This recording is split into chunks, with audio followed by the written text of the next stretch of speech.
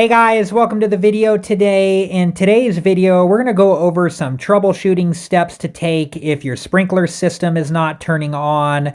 There are a few different things that we're going to look at. We're going to look at if we're getting water pressure to our sprinkler valves and if we are getting the power we need to our sprinkler box.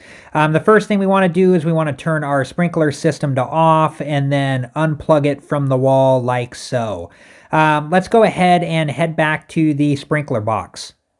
All right, guys, so this is where the water comes out of the house and it goes into the backflow preventer, which is in that box right there.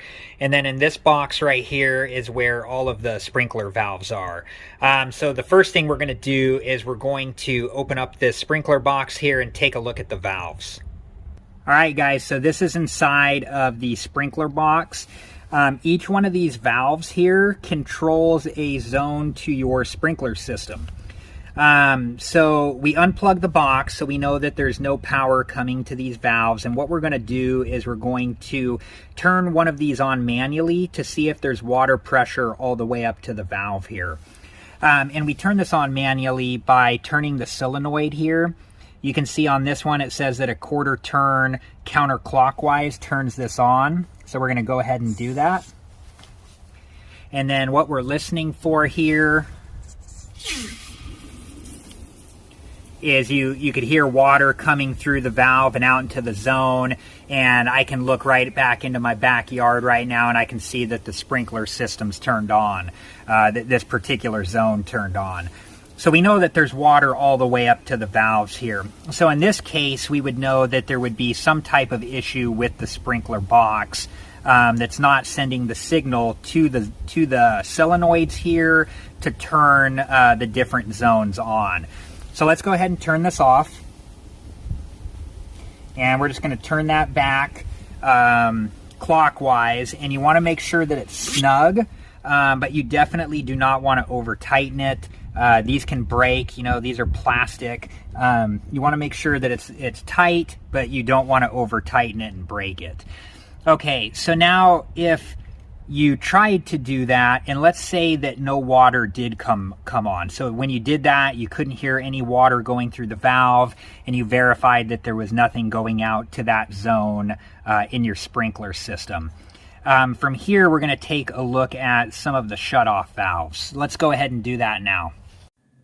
Okay guys, this was the other sprinkler box I was showing you. This actually has two water supply shutoffs in it, the ones with the blue handles there. This is the backflow prevention system, and the reason we're looking here is if we don't have water going to our sprinkler valves, we need to find out where the water stops before it.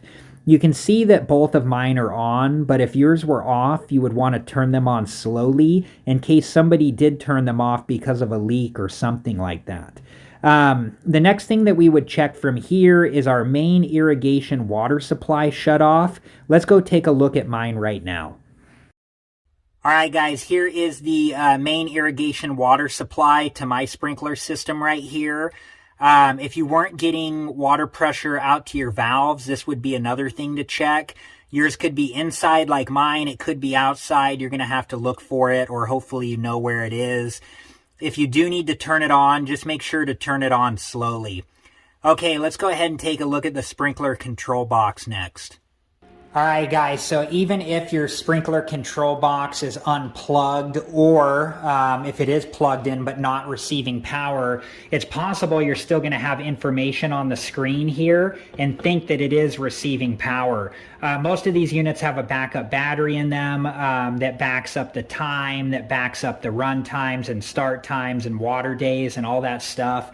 So in the event that you did lose power, you don't have to redo all that stuff. So different models, like in this case, this one's unplugged and it doesn't display anything, but some might actually display some information here, even though it's plugged in and may not be receiving power. So what we want to do is we want to actually test the outlet that the sprinkler control box is plugged into. The easiest way to do that is take something that you know that works, like I have my Craftsman work light here, and I'm going to go ahead and plug it in here, and then I'm going to go ahead and turn it on, and we can see that it works, so we know that that outlet is working. In the event that you do plug something in and it doesn't work, if you have a GFI outlet like this one, they do have a test and a reset button. It's possible that it got tripped and is just not, letting power flow through it out to whatever's plugged into it. So that's another thing to check. If after that it's still not working, what you would want to do from here is get a hold of a qualified electrician. You could have a bad outlet. It could be the breaker. And this is for something to let a qualified electrician diagnose and then fix or replace the outlet if needed. All right, so if you have power to your sprinkler control box and you have water to your sprinkler valves in the back, at this point there's only a couple other things it can be. So this cord that comes out of the sprinkler control box here, this runs from your sprinkler control box back to your sprinkler valve box. And there's a possibility that somewhere along here that connection got severed. Hopefully you would have some idea if that was the case, maybe some recent construction or landscaping, and somebody severed this line and now the connection can't be sent from the control box back to the sprinkler valve box. The other option is it's the sprinkler control box itself. If that's the case, you're going to have to decide if that's something that you're comfortable fixing, or if you'd prefer to call a qualified sprinkler technician to come out and replace that for you. So to recap the things that we looked at today, we checked water supply to the sprinkler valves and the different shutoffs along the way to ensure that water's making it all the way to the sprinkler valves. We checked for a way to test the outlet that the sprinkler box is plugged into to ensure that you are getting power to your sprinkler control box. We talked about the line from the sprinkler control box back to the sprinkler valves. And then finally, we talked about the last option, it being the sprinkler box itself. And hopefully that's not the case. So thank you guys for watching. I appreciate you guys. I do have a couple other sprinkler videos that I will link at the end of this video. In case you have time, please check those out. Thanks again, guys. I appreciate you and hope to see you in the next video. Have a good one. Thank you guys for watching. Please like, subscribe, and comment. And if you have the time, check out these other great videos.